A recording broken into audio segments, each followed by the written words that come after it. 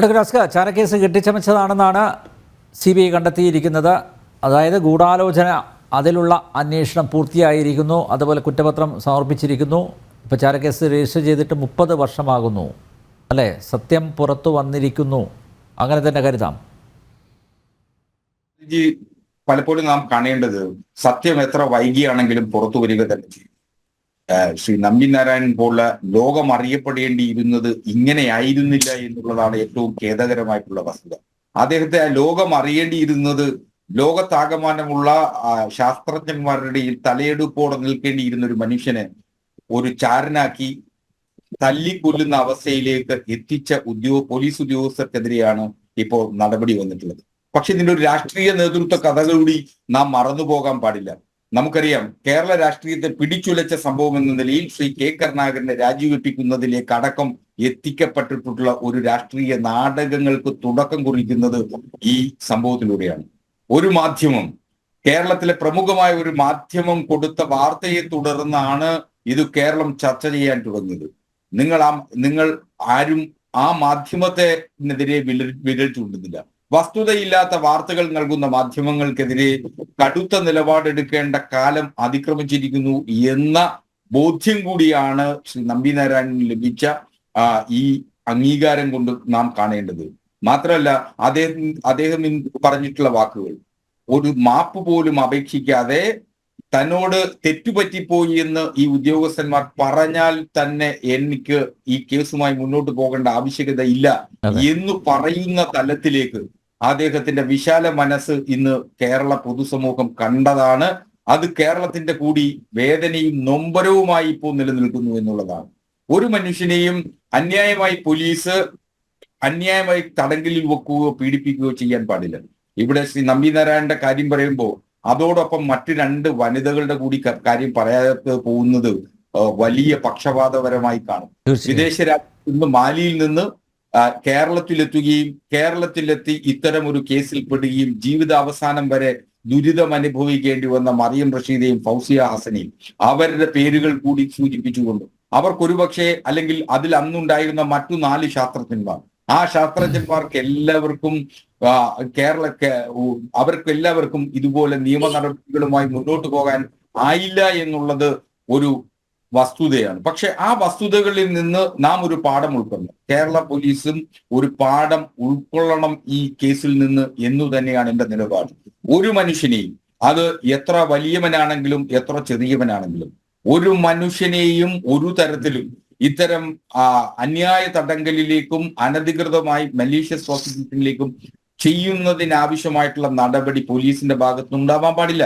നിർഭാഗ്യവശാൽ അത് ഉണ്ടായിരിക്കുന്നു. അത് ഉണ്ടായതുകൊണ്ട് അതിനെതിരെയുള്ള നിയമ നടപടി ഇപ്പോൾ BNS വന്നതിന് ശേഷം സ്വാഭാവികമായി മലീഷ്യസ് പ്രോസിക്യൂഷൻ എടുത്തു കഴിഞ്ഞാൽ കടുത്ത നിയമ നടപടികൾ എടുക്കുന്നതിന് ആവശ്യമായിട്ടുള്ള വകുപ്പുകൾ അതിൽ ചേർത്തിട്ടുണ്ട്. നേരത്തെ അത് ഇന്ത്യൻ പീനൽ കോഡിൽ ഉണ്ടായിരുന്നില്ല. അത്തരം ഒരു മാറ്റം BNSനെ സംബന്ധിച്ച് ഉണ്ട് എന്നുള്ളതാണ് വസ്തുത. അപ്പൊ സ്വാഭാവികമായും ഇന്ത്യയുടെ നിയമങ്ങൾ മാറുന്നതനുസരിച്ച്, ഇന്ത്യയുടെ മനുഷ്യന്റെ മനുഷ്യാവകാശങ്ങൾ മാറുന്നതനുസരിച്ച് പ്രവർത്തിക്കുന്നതിനാവശ്യമായിട്ടുള്ള മാനസികമായിട്ടുള്ള പരിണാമമാണ് കേരള പോലീസിന് ഈ ഘട്ടത്തിൽ വേണ്ടത്. ഇതൊരു വലിയ ചൂണ്ടുപലകയാണ്. പ്രമുഖരായിട്ടുള്ള 3 കേരള പോലീസിലെ ഉദ്യോഗസ്ഥന്മാർ കഴിവും പ്രാപ്തിയും തെളിയിച്ചു എന്ന് ലോകമാകമാനം ആദരിക്കപ്പെട്ട 3 പോലീസ് ഉദ്യോഗസ്ഥന്മാരുടെ മുഖംമൂടിയാണ് ഇന്ന് അഴിഞ്ഞു വീണിരിക്കുന്നത് എന്ന വസ്തുത നാം മനസ്സിലാക്കണം. ശ്രീജിത്ത് പണിക്ക, ഇപ്പോൾ ഇത് ഈ ഉദ്യോഗസ്ഥ തലത്തിൽ നടന്ന ഗൂഢാലോചനയാണ് ഇപ്പം CBI പുറത്തു കൊണ്ടുവന്നിരിക്കുന്നത്. ഇനി അഡീഷണൽ ചാർജ് ഷീറ്റ് ഉണ്ടാവുമെന്നൊന്നും അറിയില്ല. ഇതിപ്പോൾ തിരുവനന്തപുരം CJM കോടതി സമർപ്പിച്ചതാണ് കുറ്റപത്രം. പക്ഷേ ഈ ബ്യൂറോക്രാറ്റിക് കോൺസ്പിറസി എന്നതിലുപരിയായിട്ട് പൊളിറ്റിക്കൽ കോൺസ്പിറസി, ശരിക്കും അതിൻ്റെ ഗുണഭോക്താക്കൾ ആയിട്ടുള്ളവർ അവർ ഇപ്പോഴും പുറത്ത് സ്വൈരവിഹാരം നടത്തുകയാണ്. അവരെ കൂടി ഈ ഗൂഢാലോചനയിൽ ഉൾപ്പെടുത്തേണ്ടതല്ലേ? ഇതിപ്പോൾ ഉദ്യോഗസ്ഥരിൽ ഒതുങ്ങിപ്പോയി എന്നൊരു ആക്ഷേപം ഉയർന്നു വരാനുള്ള സാധ്യതയില്ലേ? മറ്റൊരു കാര്യം കൂടി, അതായത് ഈ കേസിൽ ഇപ്പോൾ പ്രതിയായി നിൽക്കുന്ന CB മാത്യൂസ്, അദ്ദേഹമാണ് അന്ന് സർക്കാരിനോട് ശുപാർശ ചെയ്തത് ഈ കേസ് CBI അന്വേഷിക്കണം എന്ന്. അപ്പോൾ CB മാത്യൂസിന് അനുകൂലമായിട്ട് വാദിക്കുന്നവർ പറയുന്നത് അങ്ങനെയാണെങ്കിൽ, അദ്ദേഹം തെറ്റ് ചെയ്തിട്ടുണ്ടെങ്കിൽ ഇങ്ങനെ CBI അന്വേഷണത്തിന് ശുപാർശ ചെയ്യുമോ എന്നുള്ളതാണ് ചോദ്യം. അല്ല, ശ്രീ അനിൽ നമ്പ്യാർ, ഈ ഒരു വിഷയം ഒരു അപസർപ്പക കഥ പോലെ തന്നെ കേരളത്തിൽ ഏറ്റവും കൂടുതൽ ചർച്ച ചെയ്യപ്പെട്ടിട്ടുള്ള ഒരു കഥയാണ്. ഇതുമായി ബന്ധപ്പെട്ട് പുറത്തു വന്നിരിക്കുന്ന വിവരങ്ങൾ പല ഘട്ടങ്ങളിലായി പ്രതിസ്ഥാനത്ത് ചേർക്കപ്പെട്ടിരിക്കുന്ന ആൾക്കാരെ സംശയത്തിന്റെ നിഴലിൽ നിർത്തിയിട്ടുണ്ട്. അതേപോലെ തന്നെ അന്വേഷണ സംഘത്തിനെയും സംശയത്തിന്റെ നിഴലിൽ നിർത്തിയിട്ടുണ്ട് എന്ന് നിസ്സംശയം പറയാം. ഇതുമായി ബന്ധപ്പെട്ട പല വിവരങ്ങളും പിന്നീട് വരികയാണ്. ഇപ്പോൾ പുറത്തു വന്നിരിക്കുന്ന CBIയുടെ കുറ്റപത്രത്തിലുള്ള കണ്ടെത്തൽ ഏതെങ്കിലും ഒരു ഘട്ടത്തിൽ വളരെ പ്രചാരം നേടിയിരുന്ന രീതിയിലുള്ള ഒരു ആരോപണമാണോ, ഒരു കുറ്റാരോപണമാണോ എന്ന് പോലും എനിക്കറിയില്ല. കാരണം ഇതിൽ പറഞ്ഞിരിക്കുന്നതനുസരിച്ചിട്ട് നമ്മുടെ നാട്ടിൽ വന്ന് വിസ ഓവർസ്റ്റേ ചെയ്തിരുന്ന ഒരു വിദേശ വനിതയുടെ മേൽ സെക്ഷൽ അഡ്വാൻസസ് നടത്തിയതിന്റെ ഭാഗമായിട്ടും അത് നിരസിച്ചതിന്റെ ഭാഗമായിട്ടുമാണ് ഈ രീതിയിലത്തേക്കുള്ള ഒരു കേസ് ഉണ്ടാകുന്നത് എന്ന് പറയുന്നു. ശ്രീ അനിൽ നമ്പ്യാർ ചോദ്യത്തിന്റെ ആദ്യ ഭാഗത്ത് ചോദിച്ചിരുന്ന ആ ഒരു പ്രധാനപ്പെട്ട കാര്യം, അതായത് ഒരു സാധാരണ പോലീസ് ഉദ്യോഗസ്ഥൻ വിചാരിച്ചാൽ ഇത്ര വലിയ മാഗ്നിറ്റ്യൂഡിലുള്ള ഒരു കേസ് ഉണ്ടാക്കുന്നതിനോ അത് ദീർഘകാലം നടത്തുന്നതിനോ സാധിക്കുമോ എന്നുള്ള ഒരു ചോദ്യമുണ്ട്.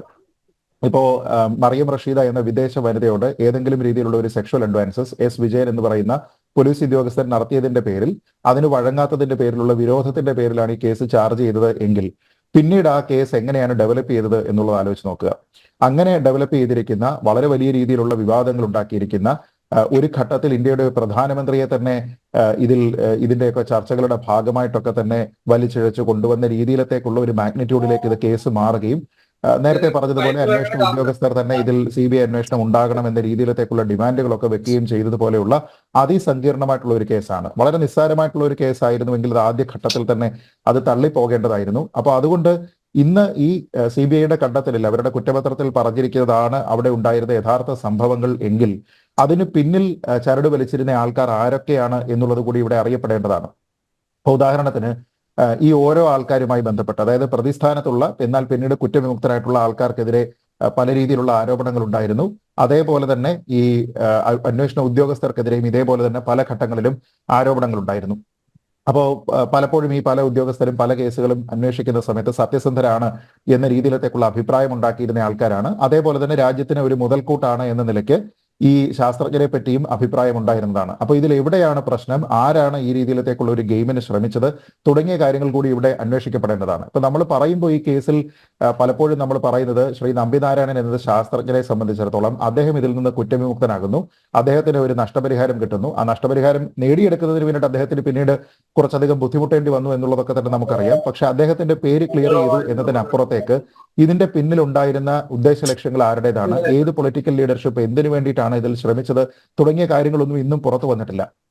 അപ്പൊ നമ്മൾ ഇതുമായി ബന്ധപ്പെട്ട് പുസ്തകങ്ങൾ ഉണ്ടാകുന്നത് കണ്ടു, ഇതുമായി ബന്ധപ്പെട്ട് സിനിമകൾ ഉണ്ടാകുന്നത് കണ്ടു. ആ സിനിമകളെല്ലാം ഉണ്ടാകുന്ന സമയത്ത് പോലും ദേശീയ താല്പര്യത്തിൽ ഉണ്ടായിരുന്ന ഒരു വിഷയം എന്ന രീതിയിലത്തേക്ക് ഇതിനെ കാണുന്നതിന് പകരം പലപ്പോഴും ഇതിന്റെ സെൻട്രൽ ക്യാരക്ടറായിരുന്ന നമ്പിനാരായണൻ എന്നുള്ള ശാസ്ത്രജ്ഞനെ ചുറ്റിപ്പറ്റിയിട്ടുള്ള വിവരങ്ങളാണ് പലപ്പോഴും ഉണ്ടായിരുന്നത്. ഞാൻ കരുതുന്നത് അതിനപ്പുറത്തേക്ക് ഇത് രാജ്യത്തിന്റെ താല്പര്യം എന്ന രീതിയിലത്തേക്ക് കൂടി കണ്ടുകൊണ്ട് ഇതിലുണ്ടായിരുന്ന ഒരു പൊളിറ്റിക്കലായിട്ടുള്ള ഒരു കോൺസ്പിറസി ഇതിന്റെ പിന്നിൽ ഉണ്ടായിരുന്നോ എങ്കിൽ അത് നടത്തിയത് ആൾക്കാർ ആരൊക്കെയാണ്, അതിന്റെ ബെനിഫിഷ്യറീസ് ആരൊക്കെയാണ്, അത് കേരളത്തിലെ ഒരു സർക്കാരിനെ അട്ടിമറിക്കുക എന്നുള്ള ഉദ്ദേശത്തിൽ ചെയ്തിരുന്നതാണോ, അതോ കേന്ദ്ര സർക്കാരുമായി ബന്ധപ്പെട്ടുള്ള ഇൻവോൾവ്മെന്റ് ഉണ്ടായിരുന്നോ, എന്തുകൊണ്ടാണ് ഇത് സുദീർഘമായിട്ടുള്ള ഒരു കാലത്തിലേക്ക് നീണ്ടുപോയത്, ഇതിൽ IB ഉൾപ്പെടെയുള്ള അല്ലെങ്കിൽ CBI ഉൾപ്പെടെയുള്ള അന്വേഷണ ഏജൻസികൾ വന്നതിന് ശേഷവും അതിൽ യഥാർത്ഥ രീതിയിലുള്ള കുറ്റവാളികളെ കണ്ടെത്തുന്നതിന് വേണ്ടിയിട്ടോ നിരപരാധികളുടെ നിരപരാധിത്വം തെളിയിക്കപ്പെടുന്നതിന് വേണ്ടിയിട്ടോ അന്വേഷണ ഉദ്യോഗസ്ഥരുടെ ഭാഗത്ത് നിന്ന് വീഴ്ച ഉണ്ടായിട്ടുണ്ടെങ്കിൽ അതിൽ സമഗ്രമായിട്ടുള്ള ഒരു അന്വേഷണം നടത്തിയിട്ട് അതിന്റെ ഭാഗമായിട്ടുള്ള ഒരു കുറ്റപത്രം സമർപ്പിക്കുന്നതിനും ഒക്കെ തന്നെ ഇത്രയും കാലതാമസം ഉണ്ടായത് എന്താണ് എന്നുള്ളത് വളരെ പ്രധാനമാണ്. കാരണം ദേശസുരക്ഷയുമായി ബന്ധപ്പെട്ട ഒരു കാര്യമാണ് ISROയുമായി ബന്ധപ്പെട്ട എന്ത് കാര്യങ്ങളും. അപ്പൊ അതുകൊണ്ട് അതിൽ വളരെ കൃത്യമായിട്ടുള്ള വ്യക്തത കിട്ടേണ്ടുന്ന കാര്യങ്ങളുണ്ട്. ഇപ്പൊ വിദേശത്ത് നിന്ന് വന്നിരിക്കുന്ന വനിതകൾ അവരെന്തുകൊണ്ടാണ് അവരുടെ വിസ ഓവർസ്റ്റേ ചെയ്ത് ഇവിടെ നിൽക്കേണ്ടി വന്നിരിക്കുന്ന സാഹചര്യം ഉണ്ടായത്? ശ്രീ വിജയൻ എന്ന് പറയുന്ന പോലീസ് ഉദ്യോഗസ്ഥനെ സംബന്ധിച്ചിടത്തോളം അദ്ദേഹത്തിന് ഏത് രീതിയിലുള്ള ഇൻഫർമേഷൻ കിട്ടിയതിന്റെ ഭാഗമായിട്ടാണ് ഒരു അന്വേഷണത്തിന് അദ്ദേഹം ആരംഭിക്കുന്നത്? എന്തായിരുന്നു ശശികുമാരൻ എന്ന് പറയുന്ന ISRO സയന്റിസ്റ്റുമായിട്ട് ഇവർക്കുണ്ടായിരുന്ന ബന്ധം? എന്തുകൊണ്ടാണ് അവർ ഫോണിലും മറ്റും ബന്ധപ്പെട്ടു എന്ന രീതിയിലത്തേക്കൊക്കെ പിന്നീട് കഥകൾ വന്നത്, അല്ലെങ്കിൽ ഇതുമായി ബന്ധപ്പെട്ട് ആരോപണങ്ങൾ ഉണ്ടായത്? എങ്ങനെയാണ് നമ്പിനാരായണൻ ഈ ചിത്രത്തിലേക്ക് വരുന്നത്? അതെങ്ങനെയാണ് ISROയുമായി ബന്ധപ്പെട്ട കാര്യങ്ങളായിട്ട് വരുന്നത്? ഏതെങ്കിലും ഒരു ഘട്ടത്തിൽ ശ്രീ നമ്പിനാരായണൻ ISROയിൽ നിന്ന് വിരമിക്കുന്നതിന് വേണ്ടിയിട്ട്, സ്വയം വിരമിക്കുന്നതിന് വേണ്ടിയിട്ട് അദ്ദേഹം തീരുമാനിച്ചിരുന്നു തുടങ്ങി ഒരുപാട് കാര്യങ്ങൾ ഇതിന്റെ ഭാഗമായിട്ടുള്ള ഇപ്പോഴും മിസ്റ്റീരിയസ് ആണ് അല്ലേ? ദുരൂഹതകൾ അവശേഷിക്കുന്നുണ്ട് ഒട്ടേറെ. അങ്ങേയറ്റം ദുരൂഹതകൾ ഉണ്ടായിട്ടുള്ള ഒരു വിഷയമാണ്. അപ്പൊ ഞാൻ പറഞ്ഞത് ഒരു വ്യക്തിയെ ഇതിൽ നിന്ന് ക്ലിയർ ചെയ്യുക എന്നതിനപ്പുറത്തേക്ക് നമ്മുടെ രാജ്യത്തിന്റെ സുരക്ഷയുമായി ബന്ധപ്പെട്ട ദേശീയ താല്പര്യവുമായി ബന്ധപ്പെട്ട ഒരു വിഷയമായതുകൊണ്ട് ഇതിലെ അന്വേഷണ ഉദ്യോഗസ്ഥരുടെ ഭാഗത്തു നിന്ന് പ്രശ്നമുണ്ട് എന്നുള്ളത് ശരി, നമ്മളത് സമ്മതിക്കുന്നു. പക്ഷേ എങ്കിൽ ഈ കേവലം ചില അന്വേഷണ ഉദ്യോഗസ്ഥർ വിചാരിച്ചാൽ തീരുമായിരുന്ന ഒരു കാര്യമാണോ, അല്ലെങ്കിൽ അവർക്ക് ഇങ്ങനെ ഫ്രെയിം ചെയ്യാൻ, ഇത്ര വലിയ മാഗ്നിറ്റ്യൂഡിൽ ഒരു കേസ് ഫ്രെയിം ചെയ്യാൻ സാധിക്കുമോ? അങ്ങനെ സാധിച്ചിട്ടുണ്ടെങ്കിൽ അത് ആരുടെയെങ്കിലും രാഷ്ട്രീയ താല്പര്യത്തിന്റെ ഭാഗമായിട്ടാണ് എങ്കിൽ അത് ചെയ്തിരിക്കുന്നത് ആരാണ്, അവരുടെ ഗുണം അവരെന്തായിരുന്നു, അതിൽ നിന്ന് അവരെ ആഗ്രഹിച്ചിരുന്നത്, അതിന്റെ ആക്ച്വൽ ബെനിഫിഷ്യറീസ് ആരായിരുന്നു എന്നുള്ളതുമായി ബന്ധപ്പെട്ടിട്ടുള്ള പൂർണ്ണമായ വിവരങ്ങൾ പുറത്തു വരിക എന്ന് പറയുന്നത് ദേശീയ താല്പര്യത്തിൽ. അതുകൊണ്ടാണ് ഞാൻ പറഞ്ഞത് ഒരു ശാസ്ത്രജ്ഞനെ സംബന്ധിച്ചിടത്തോളം അദ്ദേഹത്തിന്റെ നെയിം ക്ലിയർ ചെയ്യുക എന്നതിനപ്പുറത്തേക്ക് രാജ്യത്തിന്റെ താല്പര്യം എന്താണ്, ആ ദേശീയ താല്പര്യത്തിൽ ഈ വിവരങ്ങളെല്ലാം പൂർണ്ണമായ അർത്ഥത്തിൽ പുറത്തു വരിക എന്നുള്ളതാണ് ഇതിൽ ആത്യന്തികമായിട്ടുള്ള ഒരേ ഒരു പോംവഴി എന്നാണ് ഞാൻ കരുതുന്നത്. അതുകൊണ്ട് തന്നെ ഇതിൽ ഇനിയും കൂടുതലായിട്ടുള്ള വെളിപ്പെടുത്തലുകളോ അല്ലെങ്കിൽ സത്യം എന്താണ് എന്നുള്ളതുമായി ബന്ധപ്പെട്ട് കാര്യങ്ങൾ പുറത്തു വരണം എന്ന് തന്നെയാണ് ഞാൻ കരുതുന്നത്. ശ്രീ അനിൽ. ശ്രീ ഹരിദാസ്, ശ്രീജിത്ത് ചൂണ്ടിക്കാണിച്ചതുപോലെ ഇതൊരു ലാർജർ കോൺസ്പിറസി അല്ലേ? ഇതിലിപ്പോൾ ഈ 5 ഉദ്യോഗസ്ഥർക്ക് ഇങ്ങനെ ഈ നമ്പിനാരായണനെ ഈ കേസിൽ ഉൾപ്പെടുത്തിയത് കൊണ്ട് അവർക്ക് വലിയ ലാഭം ഒന്നും ഉണ്ടാകുന്നില്ല. പക്ഷേ ഇത് ISRO സ്ഥാപനമാണ്, ISROയിലെ ശാസ്ത്രജ്ഞന്മാരെയാണ് ലാക്കാക്കിയിരുന്നത്. മാത്രമല്ല പുറത്തു നിന്നുള്ള ചില ശക്തികളുടെ ഇടപെടൽ ഉണ്ടായിരുന്നു. അവർ കേരളത്തിലെ ചിലരെ പിടിച്ചു. അപ്പോൾ നോക്കുമ്പോൾ ആ വലിയൊരു കോൺസ്പിറസിയുടെ ഗൂഢാലോചനയുടെ ചുരുളുകൾ ഇനിയും അഴിയേണ്ടതല്ലേ? ഇത് കോടതിയിലെ വിചാരണയിൽ വരുമ്പോൾ ഒരുപക്ഷെ ഇപ്പോൾ CBI കണ്ടെത്തിയിരിക്കുന്നതൊക്കെ ദുർബലമാവാനുള്ള സാധ്യതയും ഇല്ലേ? അത് തള്ളിക്കളയാൻ പറ്റുമോ? ഞാൻ ഈ ചർച്ചയിൽ താങ്കളോട് തുടക്കത്തിൽ പറഞ്ഞില്ലേ, മണിക്കൂറിന് ലക്ഷങ്ങളും കോടികളും ശമ്പളം ഫീസ് വാങ്ങുന്ന ഡൽഹി ലോബിയിലെ അഭിഭാഷകർ വന്നതുകൊണ്ട് ഈ കേസ് വാദിച്ചിട്ട് ഇതിനെ ദുർബലമാക്കില്ല എന്നുള്ള ഒരു ഞാൻ അങ്ങേയറ്റം ഞാൻ വിശ്വസിക്കുന്നു. ഇത് ദുർബലമാകാനുള്ള സാധ്യതകൾ വളരെയേറെയാണ്. കാരണം ഇത് യഥാർത്ഥത്തിലുള്ള ഇതിൻ്റെ ഒരു അന്വേഷണത്തിലേക്ക് കടന്നു കഴിഞ്ഞു കഴിഞ്ഞാൽ ഒരുപാട് രാഷ്ട്രീയ മുഖംമൂടികളിൽ അങ്ങേയറ്റം ദുർഗന്ധം വമിക്കുന്ന ചളി തെറിക്കാൻ സാധ്യതയുള്ളൊരു സംഗതിയാണിത്. കാരണം ഇവിടെ ഈ ചോദ്യങ്ങളിൽ വിജയൻ ഒരു സ്ത്രീയിൽ ലൈംഗികാവേശം കയറിയിട്ട് അവരെ കയറി പിടിക്കാൻ ശ്രമിക്കുന്നു, അവരത് എതിർക്കുന്നു എന്നുള്ളതിൻ്റെ പേരിൽ ആരംഭിച്ച ഈ കേസ് ഇതെങ്ങനെയാണ് ഈ നമ്പിനാരായണൻ എന്ന് പറയുന്ന ഈ ശാസ്ത്രജ്ഞനിലേക്ക് എത്തുകയും അദ്ദേഹത്തിന് മാനസികമായും ശാരീരികമായും ഒരു 3ാം മുറ, നമ്മൾ പറയില്ലേ, ഒരു ഗുണ്ടാലീസിൽപ്പെട്ട വ്യക്തിക്ക് പോലും അവിടെ കണക്ട് ചെയ്യുന്നത് മറിയം റഷീദയ്ക്ക് ശശികുമാർ എന്ന ശാസ്ത്രജ്ഞനുമായിട്ടുള്ള ബന്ധം, അവർ അങ്ങോട്ടും ഇങ്ങോട്ടും ഫോണിൽ വിളിച്ചിരുന്നു എന്നൊക്കെയാണ് അന്ന് കേട്ടിരുന്നത്. എനിക്കറിയില്ല അതിൻ്റെ നിജസ്ഥിതി. കേട്ടിരുന്നത് ഒരുപാടുണ്ട് അനിൽ നമ്പ്യാർ. എനിക്ക് ഒരു കാര്യം മനസ്സിലാക്കണം, താങ്കൾ 30 വയസ്സുണ്ടായിരുന്നു, ഞാനിപ്പോൾ ഷഷ്ടി പൂർത്തി കഴിഞ്ഞിട്ട് 64ാമത്തെ വയസ്സിൽ നിൽക്കുകയാണെന്നും കൂടി മനസ്സിലാക്കണം. അപ്പോൾ ആ കാലഘട്ടത്തിൽ ഈ മാധ്യമങ്ങൾ അന്നുണ്ടായിരുന്ന ഒരു ഏഷ്യാനെറ്റും അതുമാതിരി തന്നെ ഈ അച്ചടി മാധ്യമങ്ങളും പടച്ചുവിടുന്നത് മുഴുവൻ വായിച്ചിട്ട് നമ്മൾ മനസ്സിലാക്കി വെച്ച ഒരുപാട് കാര്യങ്ങളുണ്ട്. പക്ഷേ ഇതിൻ്റെ പിന്നിൽ നടന്നിട്ടുള്ള രാഷ്ട്രീയ ഗൂഢാലോചന ഉണ്ട് എന്നല്ല, രാഷ്ട്രീയ ഗൂഢാലോചന എന്തായിരുന്നു, ആരാണ് ഇതിൻ്റെ ഗുണഭോക്താക്കൾ, ഈ 2 വിവരം പുറത്തു വരാണ്ട് ഭാഗികമായിട്ട് നമ്പിനാരായണൻ അപമാനിക്കപ്പെട്ടു.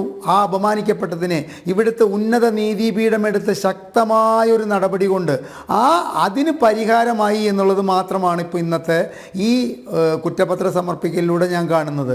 ബാക്കിയൊക്കെ വലിയ പുകമറയ്ക്കുള്ളിൽ തന്നെയാണ്. ആ പുകമറ നീക്കിയിട്ട് അതൊക്കെ പുറത്തു വരേണ്ടത് കാലഘട്ടത്തിൻ്റെ ആവശ്യമാണ്. കാരണം ഒരു സർക്കിൾ ഇൻസ്പെക്ടറിൽ നിന്ന് ആരംഭിച്ചിട്ടുള്ളൊരു വിഷയം ഇന്ത്യൻ ശാസ്ത്ര സാങ്കേതികത ലോകം മുഴുവൻ ആദരിക്കുന്ന ISROയുടെ മുകളിൽ ഒരു കരിനിഴൽ വീഴ്ത്തിയെങ്കിൽ അതിൻ്റെ അന്വേഷണത്തിൻ്റെ പൂർണ്ണത ഈ ഒരു വിഷയം കണ്ടെത്തിയത് കൊണ്ട് മാത്രമാകുമോ എന്നുള്ളത് നാളത്തെ തലമുറ ചോദിച്ചു കഴിഞ്ഞാൽ അത് ഇല്ല എന്നുള്ള മറുപടി പറയാനാണ് എനിക്കിഷ്ടം. ആയിട്ടില്ല. അതിന് കുറേയും കൂടി കാര്യങ്ങളുടെ, നിങ്ങൾ ഈ പറയുന്ന ഈ കോൺസ്പിറൻസി എന്ന് പറയുന്ന ആ വാക്കിനോടനുബന്ധപ്പെട്ടിട്ട് കുറേ കൂടി കാര്യങ്ങൾ പുറത്തു വരണം. പക്ഷേ ഇന്ന് സമർപ്പിക്കപ്പെട്ട കുറ്റപത്രത്തിലൂടെ ഞാൻ എന്ന് പറയുന്ന ഒരു വാർദ്ധക്യം ബാധിച്ച വ്യക്തി പറയുന്നത് ഇത്രയേ ഉള്ളൂ: താൻ നിരന്തരം ചെയ്യുന്ന കർമ്മങ്ങൾ താൻ അനുഭവിച്ചിടുകന്നേ വരൂ എന്നുള്ള പഴഞ്ചൊല്ലിനെ അനുസ്മരിപ്പിക്കുന്ന വിധത്തിൽ ഈ വിഷയം കൊണ്ട് ചെന്നെത്തിച്ചിട്ടുണ്ടെങ്കിൽ അത് ഈ CB മാത്യുവും ഈ സ്മാർട്ട് വിജയനും അതുപോലെ തന്നെ ഈ ശ്രീകുമാറൊക്കെ മനസ്സിലാക്കണം. അവരെ പിന്തുടർന്ന് അവരെ മാതൃകയാക്കിക്കൊണ്ടുള്ള പോലീസ് ഉദ്യോഗസ്ഥരും ഈ വിഷയത്തിൽ നിന്ന് ഒരുപാട് കാര്യങ്ങൾ, ഒരു പോലീസ് എങ്ങനെ ആകരുത്, ഒരു അന്വേഷണ ഏജൻസി എങ്ങനെ ആകരുത് എന്നുള്ളൊരു സന്ദേശം ഈ പാവപ്പെട്ട ശ്രീ നമ്പിനാരായണൻ്റെ പ്രശ്നത്തിൽ ഉണ്ടായിരുന്നുവെന്ന് മനസ്സിലാക്കിയിട്ട് ഇത് പോലീസ് സേനയിൽ ഒരു പാഠ്യവിഷയമാക്കണമെന്നാണ് എനിക്ക് പറയാനുള്ളത്. മറ്റൊരു കാര്യം കൂടി പറഞ്ഞ് ഞാൻ അവസാനിപ്പിക്കാനില്ല. ഇന്ന് ആ വയോവൃദ്ധൻ അദ്ദേഹത്തെ ഏറ്റവും കൂടുതൽ അപമാനിച്ച ആ ചാനലിന് മാപ്പ് കൊടുക്കുന്ന ഒരു രീതി കണ്ടു ഞാൻ. ആ മനുഷ്യൻ്റെ ശുദ്ധ മനസ്ഥിതിയുടെ ഏറ്റവും വലിയ ഉദാഹരണമായിട്ടാണ് എനിക്കത് തോന്നിയത്. കാരണം എന്നെ വന്ന് കണ്ടു, ഞാൻ അതിൻ്റെ ഒരു പ്രമുഖ വ്യക്തിയെ ഇറക്കി വിട്ടു. അത് കഴിഞ്ഞിട്ട് ആ പ്രമുഖ വ്യക്തി മറ്റ് 2-3 വ്യക്തികളിലൂടെ വന്നിട്ട് പറ്റിപ്പോയ തെറ്റിനെ പശ്ചാത്താപം ചെയ്യണമെന്ന് പറഞ്ഞപ്പോൾ അതിന് നിന്നു കൊടുക്കേണ്ട അവസ്ഥയൊക്കെ വന്നു എന്ന് പറയുമ്പോൾ ആ നിഷ്കളങ്ക മനസ്സിനെ, ആ നല്ല മനുഷ്യനെ, എവിടെയോ എത്തിപ്പെടേണ്ട ആ മനുഷ്യനെ ഇന്ന് ഇത്തരത്തിലുള്ളൊരു അവസ്ഥയിലേക്ക് എത്തിച്ച നമ്മുടെ സമൂഹവും നമ്മുടെ ഇവിടുത്തെ പോലീസും നമ്മുടെ ഇവിടുത്തെ നീതി നിയമ സംവിധാനങ്ങളും അങ്ങേയറ്റം ചിന്തിക്കേണ്ട ഒരു അവസരത്തിലാണ്. കാരണം ഞാൻ അനിൽ നമ്പ്യാരോട് പറഞ്ഞു, അനിൽ നമ്പ്യാരും ഞാനും ഈ ചർച്ചയിൽ പങ്കെടുക്കുന്ന ശ്രീജിത്ത് പണിക്കരും രാഷ്ട്രീയ പ്രൊട്ടക്ഷൻ ഉള്ളതുകൊണ്ട് ശ്രീ അസ്കറിൻ്റെ പേര് ഞാൻ പറയുന്നില്ല, എല്ലാവരും ഇത്തരം കരിനിഴലിലാണ്. ആരെ വേണമെങ്കിലും ഇവിടുത്തെ പോലീസിന് വിചാരിച്ചു കഴിഞ്ഞാൽ നാളെ എന്ത് കുറ്റാരോപിതനുമാക്കിയിട്ട് ഇത്തരത്തിൽ ചളിവാരി എറിഞ്ഞുകൊണ്ട് അവൻ്റെ ജീവിതം അവസാനിപ്പിക്കാൻ കഴിയുന്നൊരവസ്ഥ ഇനിയും സംജാതമാകരുതെന്നാണ് ഇവിടുത്തെ സമൂഹത്തിന് വേണ്ടി എനിക്ക് പറയാനുള്ളത്. യെസ്, പാലോട് സന്തോഷ്, ഈ ഗൂഢാലോചനയിൽ ഭാഗവാക്കായിട്ടുള്ള മറ്റുള്ളവർ ആരൊക്കെയാണ്? ഇപ്പോൾ കേരളത്തിലെ രാഷ്ട്രീയ നേതാക്കന്മാരുണ്ട് എന്ന കാര്യത്തിൽ ഒരു സംശയവുമില്ല. പുറത്തു നിന്നുള്ള ചില ഏജൻസികൾ അല്ലേ, അവരും കരുതിയില്ലേ? ഞാൻ അങ്ങയോടൊരു കാര്യം പറയാം. ഇപ്പോ ഈ ചർച്ചയിലൂടെ ആവശ്യപ്പെടുന്നത് ഇത് നിങ്ങൾ പുറത്തു കൊണ്ടുവരുവാൻ ജനം ടിവിയെങ്കിലും ശ്രമിക്കണം എന്നൊരു അഭ്യർത്ഥനയുണ്ട്. കാരണം ഇവിടെ രാഷ്ട്രീയ ഗൂഢാലോചന വളരെ വ്യക്തമാണ്. ഇപ്പൊ ശ്രീജിത്തിനെ പോലെ, ശ്രീജിത്ത് എല്ലാ വിഷയങ്ങളും നല്ല പഠിക്കുന്ന ഒരാളാണ്. പക്ഷെ ശ്രീജിത്തിന് പോലും ഇതിന്റെ എത്രമാത്രം എന്താണ് ഗൂഢാലോചന ഇതിന്റെ പിന്നിൽ ഉണ്ടായെന്നുള്ള വ്യക്തമല്ല. അത് അറിയേണ്ടതുണ്ട്. അതായത് ക്രയോജനിക് സാങ്കേതിക വിദ്യ ഇന്ത്യ ഡെവലപ്പ് ചെയ്യാതിരിക്കുന്നതിന് വേണ്ടിയിട്ട് പിന്നിൽ നടന്ന ഒരു തിരക്കഥയാണ് ഇതിന്റെ പിന്നിൽ ഉണ്ടായത്. അതിൽ ക്രയോജനിക് പ്രോജക്റ്റിൽ ഉണ്ടായിരുന്ന ഒരാളാണ് ശശികുമാർ. അപ്പൊ ശശികുമാറും മറിയൻ റഷീദയും കൂടി ഫോണിൽ സംസാരിച്ചത് കൊണ്ട് ആ ക്രയോജനിക് പ്രോജക്റ്റിലുള്ള മുഴുവൻ പേര്, അന്ന് നമ്പിനാരായൺ ഡയറക്ടറാണ്, ഇവരെല്ലാവരും അതിന്റെ പിന്നിൽ ഉണ്ടായിരുന്നു എന്ന് വരുത്തി തീർത്തു. പിന്നെ ഒരു കാര്യം, ഈ സിബി മാത്യൂസ് എന്ന് പറയുന്ന ആള് നമ്പിനാരായണനെ വരെ അറസ്റ്റ് ചെയ്ത് IB-ക്ക് കൈമാറിയിട്ടാണ് CBI അന്വേഷണം വേണമെന്ന് പറയുന്നത്. മനസ്സിലാക്കേണ്ടതുണ്ട്. അപ്പൊ ഇതിന്റെ പിന്നിൽ നടന്ന രാഷ്ട്രീയ ഗൂഢാലോചന കണ്ടറിയണ്ടേ? ഈ രാഷ്ട്രീയ നേതൃത്വങ്ങളെല്ലാം മൗനം പാലിച്ചാൽ മതിയോ? ഇത് സമൂഹം അറിയണ്ടേ? ഇത് വളരെ വ്യക്തമായി ഞാൻ പറയാം. ഇതിന്റെ പിന്നിൽ ഒരു രാജ്യത്തിന്റെ വികസനങ്ങളെ അട്ടിമറിക്കുന്നതിന് നടന്ന ഒരു അന്തർദേശീയ ഗൂഢാലോചന ഒരു ഭാഗത്തും, മറുഭാഗത്ത് കെ കരുണാകരനെ മുഖ്യമന്ത്രി സ്ഥാനത്ത് നിന്ന് മാറ്റുന്നതിന് വേണ്ടിയിട്ട് കോൺഗ്രസിനകത്ത് നടന്ന ഒരു ഗൂഢാലോചനയും. ആ ഗൂഢാലോചന ഉണ്ടായി എന്ന് നിങ്ങളോട് കേരള സമൂഹത്തോട് വിളിച്ചു പറഞ്ഞ നേതാക്കൾ നിരവധി കോൺഗ്രസിന്റെ പ്രധാന റോൾ ഇന്നുമില്ലേ? നിങ്ങൾ എന്തുകൊണ്ട് അവരോട് ചോദിക്കുന്നില്ല? എന്തുകൊണ്ട് അവർ മറുപടി പറയുന്നില്ല? നമ്പിനാരായണനോട് മാപ്പ് പറയാൻ ഇവർ തയ്യാറാകണ്ടേ? കരുണാകരനോട് മാപ്പ് പറയാൻ തയ്യാറാകണ്ടേ? ഈ കേരള സമൂഹത്തിലെ ഇത്രയും അധികം മോശമായ അവസ്ഥ കൊണ്ടെത്തിച്ച കോൺഗ്രസ് കരുണാകരനെ ഉൾപ്പെടെ കൊണ്ടെത്തിച്ചില്ലേ? എന്താ IG രമൺ ശ്രീവാസവ നിരപരാധി ആയതുകൊണ്ട് IG രമൺ ശ്രീവാസവയ്ക്ക് നടപടിയെടുക്കുന്നില്ല? മറിയൻ റഷീദ് IB കൊണ്ടുപോയി മർദ്ദിക്കുമ്പോ ഇവർ പറഞ്ഞു, ഞാൻ ഇങ്ങനെ എന്നെ അടിച്ചാൽ ഞാൻ IG-യോട് പറയുമെന്ന് പറഞ്ഞു. അവർ പറഞ്ഞത് ഞാൻ മനസ്സിലാക്കുന്നു പിന്നെ ബാംഗ്ലൂരിലുള്ള ബറ്റാലിയൻ IG ആണ്. എന്നാൽ ഇവിടെ എന്ത് ചെയ്തു? ഇവിടെ IG രമൺ ശ്രീവാസവയാക്കി മാറ്റി. ഞാൻ മനസ്സിലാക്കുന്നു മറിയൻ റഷീദയുടെ തുടഭാഗം അടിച്ചു പൊട്ടിച്ചിട്ട് രമൺ ശ്രീവാസവയുടെ ഫോട്ടോ കൊണ്ട് കൊടുത്തിട്ട് ഇതാണ് ഇന്ന ആളെന്ന് പറയണമെന്ന് പറഞ്ഞപ്പോൾ പറയേണ്ട അവസ്ഥ വന്നു. അത് കേരള കൗമുദിയിൽ ന്യൂസായി വന്നു. മറ്റു പല അതിലേക്ക് ഞാൻ പോകുന്നില്ല. അതിനകത്ത് മറ്റും ചില താല്പര്യങ്ങൾ ഉണ്ടായിരുന്നു. അപ്പോൾ ഇതിൽ നിന്ന് മനസ്സിലാക്കേണ്ടത് വളരെ വ്യക്തമായി, ഈ നടന്ന രാഷ്ട്രീയ ഗൂഢാലോചനയ്ക്ക് ഉത്തരവാദിത്വം അല്ലെങ്കിൽ അതിന് സമാധാനം പറയേണ്ടവർ പറയുക തന്നെ വേണം. ഇതിന്റെ പിന്നിൽ അധികാര താല്പര്യങ്ങൾക്ക് വേണ്ടിയിട്ടാണ് ഈ ഗൂഢാലോചന നടക്കുമ്പോഴും ഒരു കാര്യം മനസ്സിലാക്കണം, ലോകത്തിലെ ഏറ്റവും വലിയ ശക്തിയായി മാറേണ്ട ഒരു സംഭവം കൂടി അതിന്റെ പിന്നിൽ ഉണ്ടായിരുന്നു എന്നുള്ളത്. അതുകൊണ്ട് ഈ പോലീസ് ഉദ്യോഗസ്ഥർ എന്ന് പറഞ്ഞാൽ ധാർഷ്ട്യത്തിന്റെ ഭാഗമായിട്ടാണ്. തെറ്റുപറ്റി തിരുത്താം. ഇപ്പോ CBI അന്വേഷണം ആരാ പറഞ്ഞത്? സിബി മാത്യൂസ് അല്ലേ പ്രപ്പോസ് ചെയ്തത്? എന്നിട്ട് സിബി മാത്യൂസ് എന്ന് പറഞ്ഞ CBI അന്വേഷണം ശരിയല്ലെന്ന് പറഞ്ഞാലോ? ഇപ്പൊ എവിടെ പോയി സിബി മാത്യൂസ്? ദയവ് ചെയ്ത് നിങ്ങൾ പല സത്യങ്ങളും നേരത്തെ പറഞ്ഞ പോലെ എത്ര വലിയ സത്യത്തെ മൂടി വെച്ചാലും സത്യം മറച്ചു വെച്ചാലും അത് അസത്യമായി മാറത്തില്ല. അസത്യം എത്ര നാള് മറച്ചു വെച്ചാൽ അത് സത്യവുമാകത്തില്ല എന്ന് പറയുന്നത് പോലെ ഇതിപ്പോ വളരെ വ്യക്തമായി നമ്മുടെ സമൂഹത്തിലേക്ക് ഇതിന്റെ യാഥാർത്ഥ്യങ്ങൾ വന്നുകൊണ്ടിരിക്കുകയാണ്. ഇതിൽ ബന്ധപ്പെട്ടവർ വളരെ വ്യക്തമായ മറുപടി പറയണ്ടേ? പല സമയങ്ങളിൽ ഞാൻ നമ്പിനാരായണൻ ചേട്ടനോട് സംസാരിക്കുമ്പോൾ എന്നോട് പറയാറുണ്ട്, എന്നോട് പറഞ്ഞു, പലപ്പോഴും പല പ്രധാനപ്പെട്ട ആളുകൾ പറഞ്ഞു, നമ്പി ഈ കേസ് ഇതിൽ നിന്ന് പിന്മാറി പോട്ടെ, അതങ്ങ് കളയണമെന്ന് പറഞ്ഞപ്പോൾ അദ്ദേഹം പറഞ്ഞു കഴിയില്ല, കാരണം ഇത് എന്റെ ജീവനല്ല, എന്റെ സ്ഥാനം നഷ്ടപ്പെട്ടതോ ഞാൻ അനുഭവിച്ചതോ അല്ല. ഈ രാജ്യം വികസനത്തിനു വേണ്ടി ഞങ്ങൾ, എന്റെ ചെയർമാൻ ഉൾപ്പെടെയുള്ളവർ വർഷങ്ങളോളം പല രാജ്യങ്ങളിലും പോയി പഠിച്ച് അവസാനം ക്രയോജനിക് സാങ്കേതിക വിദ്യ റഷ്യയിലെ ഗ്ലാസ്ബോസ് കമ്പനിയുമായി ഒപ്പിട്ടു. ആ ഒപ്പിട്ടതിനെ അട്ടിമറിക്കപ്പെടുന്നു. ആ ഒപ്പിട്ട ദിവസം ക്യാൻസൽ ചെയ്യപ്പെടുന്നു. അതെന്തിന്റെ പേരിൽ? മറ്റൊരു രാജ്യം പറയുന്നു ഇന്ത്യയുമായി ഞങ്ങൾ സംസാരിച്ചു കൊണ്ടിരിക്കുകയാണ്, അണ്ടർകട്ട് ചെയ്യാൻ പാടില്ല. അങ്ങനെ റഷ്യയിലെ ഗ്ലാസ്ബോസും ISROയും തമ്മിൽ ഒപ്പിട്ട കരാർ റദ്ദ് ചെയ്തു.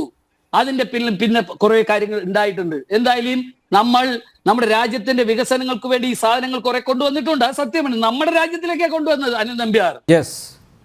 നമ്മുടെ രാജ്യത്തിലേക്ക് കൊണ്ടുവന്നതിന് ഇവിടെ 2020 പോലും ഇല്ലാത്ത സാധനം ഇവിടെ നിന്ന് കള്ളക്കടത്ത് നടത്തിയെന്നാക്കി. അതിന്റെ അർത്ഥം ഇത് ആർക്ക് വേണ്ടിയിട്ടാണ്? പാകിസ്ഥാൻ പല മീറ്റിങ്ങുകളും പറഞ്ഞിട്ടുണ്ട്, ഇന്ത്യയിലെ ISRO എന്ന് പറഞ്ഞാൽ ബോംബ് ഉണ്ടാക്കുന്ന സ്ഥാപനമാണെന്ന് ലോക മീറ്റിംഗിൽ പറഞ്ഞിട്ടുണ്ട് പാകിസ്ഥാൻ. അതിന് പിന്തുണ കൊടുക്കുന്ന പ്രഖ്യാപനമല്ലേ സിബി മാത്യൂസും ഈ RD ശ്രീകുമാറും ചെയ്തത്? പാകിസ്ഥാന്റെ വാദമല്ലേ ഉണ്ടായത്? ISRO ഒരു റിസർച്ച് ഇൻസ്റ്റിറ്റ്യൂഷനാണ്. അത് വികസനങ്ങൾ മറ്റുള്ള ചർച്ച ചെയ്തുകൊണ്ട് ഡെവലപ്പ് ചെയ്ത് വരുന്ന സ്ഥാപനത്തിന് ലോകത്തിന്റെ മുമ്പിൽ മിസൈലും ബോംബും ഉണ്ടാക്കുന്ന സ്ഥാപനം എന്ന് പറഞ്ഞ പാകിസ്ഥാന് പിന്തുണ പ്രഖ്യാപിച്ചവരാണ് ഇവർ ഏത് വാക്കാണ് ഉപയോഗിക്കേണ്ടതെന്ന് നിങ്ങൾ ഈ സമൂഹം തീരുമാനിക്കട്ടെ. അതുകൊണ്ട് ഞാൻ വളരെ വ്യക്തമായി മനസ്സിലാക്കുന്നു, ഇത് നമ്മൾ നോക്കിക്കാണുമ്പോൾ എല്ലാ കാര്യങ്ങൾക്കും അഭിപ്രായം പറയുന്ന രാഷ്ട്രീയ നേതൃത്വങ്ങൾ, KPCC പ്രസിഡന്റ് ആയിക്കോട്ടെ, CPM നേതാക്കളായിക്കോട്ടെ, എല്ലാ രാഷ്ട്രീയ നേതാക്കളും എല്ലാത്തിനും അഭിപ്രായം പറയുമല്ലോ. ഈ വിധിയുമായി ബന്ധപ്പെട്ട് വന്ന് എന്റെ അനിൽ നമ്പ്യാർ എത്ര വർഷം ഏതെല്ലാം കോടതി വിധി വന്നിട്ടുണ്ട്, എത്ര നേതാക്കൾ ഇതിനെ കുറിച്ച് അഭിപ്രായം പറഞ്ഞിട്ടുണ്ട്. എന്തുകൊണ്ടാണെന്നറിയോ? ഇതിനൊന്നും വ്യക്തത ഇല്ലാത്തതുകൊണ്ടായിരിക്കാം, രണ്ടൊന്നും ഭയത്തിന്റെ ഭാഗമായിരിക്കാം. അതുകൊണ്ട് ഇത് ജനം TV എങ്കിലും ഇത് പിന്തുടർന്ന് ഇതിന്റെ യാഥാർത്ഥ്യങ്ങൾ എനിക്കറിയാം. ഞാൻ അതിനെക്കുറിച്ച് പഠിച്ച് ഏകദേശം ഒരു 10-20ഓളം പേജുള്ള ഒരു നോട്ട് ഞാൻ തയ്യാറാക്കിയിട്ടുണ്ട്. ഞാൻ ഇടയ്ക്ക് പ്രസിദ്ധീകരിക്കണം എന്ന് വിചാരിച്ചതാണ്. അതുകൊണ്ട് വളരെ വ്യക്തമായി ഞാൻ ഈ ചർച്ചയിലൂടെ പറയുന്നു, നിങ്ങൾ ഇതിൽ നിന്നും പിറകോട്ട് പോകരുത്. ഇത് നമ്മുടെ രാജ്യത്തിന്റെ വികസനങ്ങളെയും രാഷ്ട്രീയ ഗൂഢാലോചനയും നടത്തിയവരെ പുറത്തു കൊണ്ടുവരുന്ന ഒരു സംവിധാനം വരെ ഉണ്ടാകണമെന്നാണ് എനിക്ക് അഭിപ്രായം പറയാനുള്ളത്. അതോടൊപ്പം തകർന്നുപോയ നമ്പി നാരായണനെ ഇപ്പൊ എല്ലാവരും പറയുന്നുണ്ട്, നല്ലത് തന്നെ, അദ്ദേഹം അത് കേട്ട് ആസ്വദിക്കട്ടെ. അതിലേക്ക് അദ്ദേഹത്തിനുണ്ടായ ബുദ്ധിമുട്ടുകൾ, ഇതിലൂടെ അദ്ദേഹത്തിന് ഒരു സന്തോഷം ഉണ്ടാകട്ടെ. പക്ഷേ ഞങ്ങളെ മുമ്പിൽ പൊട്ടിക്കരയുമ്പോൾ ഞങ്ങൾക്ക് തകർന്നു വീണത് ഞങ്ങൾക്ക് മനസ്സിലായി, നമ്മുടെ രാജ്യത്തിന് വേണ്ടി പോരാടിയ ഒരു മനുഷ്യന്റെ വേദന കണ്ടു. ഞങ്ങളെ മുമ്പിൽ അത് കരഞ്ഞു. ഞാനും രാമേന്ദ്രൻ മാഷ് ഉൾപ്പെടെ അവിടെ പോയപ്പോ. അതുകൊണ്ട് ആ വേദന ഉൾക്കൊണ്ടുകൊണ്ട് അതിന്റെ പിന്നിൽ നിന്നു. അതുകൊണ്ട് വളരെയധികം സന്തോഷമുള്ള ദിവസങ്ങളാണ്. പക്ഷെ ഒരു കാര്യം കുറ്റവാളികളെ നിങ്ങൾ ഉൾപ്പെടെ ഉള്ളവരെ മറച്ചു വയ്ക്കരുത്, അവരെ പുറത്തു കൊണ്ടുവരണം. തീർച്ചയായും നമ്മളുണ്ട് പാലോട് സന്തോഷ് കൂടെ. താങ്കൾ ഈ നിയമ പോരാട്ടത്തിന്റെ ഭാഗമായിരുന്നു ആദ്യന്തം. ആ ഗൗരവം മനസ്സിലാക്കുന്നു. അസ്ക, ശ്രീജിത്ത് പണിക്ക, സമയം കുറച്ച് മാത്രമേ ശേഷിക്കുന്നുള്ളൂ. അസ്ക, എന്തെങ്കിലും ആഡ് ചെയ്യാനുണ്ടോ? അല്ല, ഇതില് ശ്രീ നമ്പിനാരായണനോടും അദ്ദേഹത്തിന്റെ കുടുംബാംഗങ്ങളോടും കേരളീയ പൊതുസമൂഹം മാപ്പ് ചോദിക്കണമെന്ന് തന്നെയാണ്. കാരണം ഞാനടക്കമുള്ള ആളുകൾ അന്ന് വിശ്വസിച്ചിരുന്നത് ഇതൊരു യഥാർത്ഥ വസ്തുത എന്ന നിലയിലാണ്.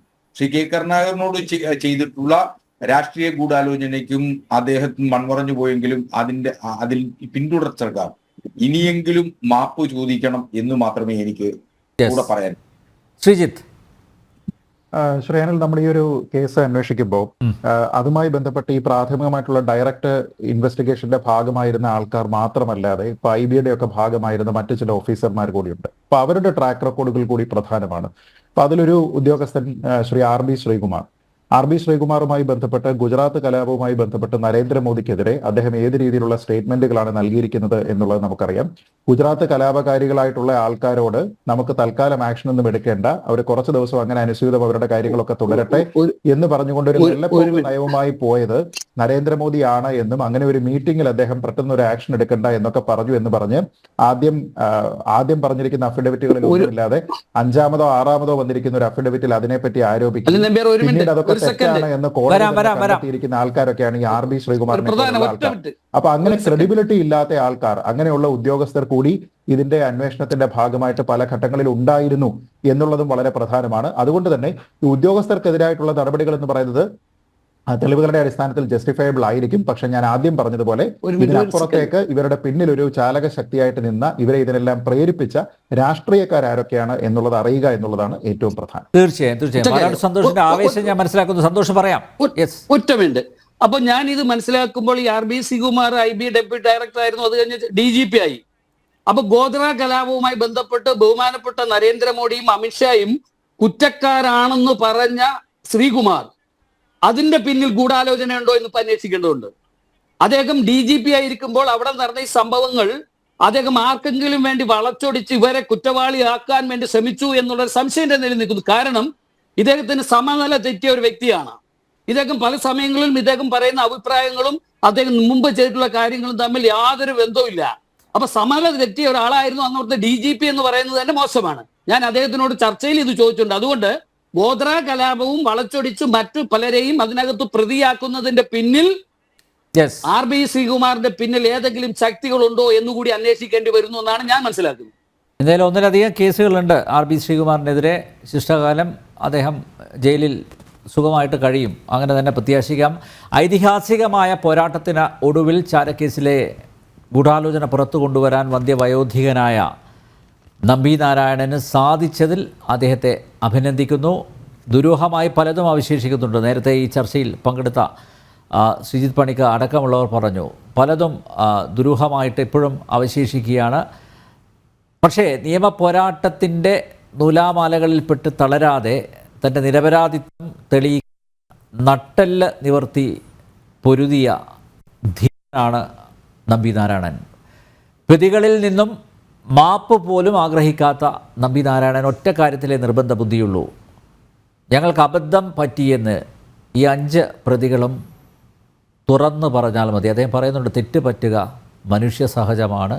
അതുകൊണ്ട് തന്നെ ആ തുറന്നു പറച്ചിലിന് അദ്ദേഹം കാത്തിരിക്കുന്നു.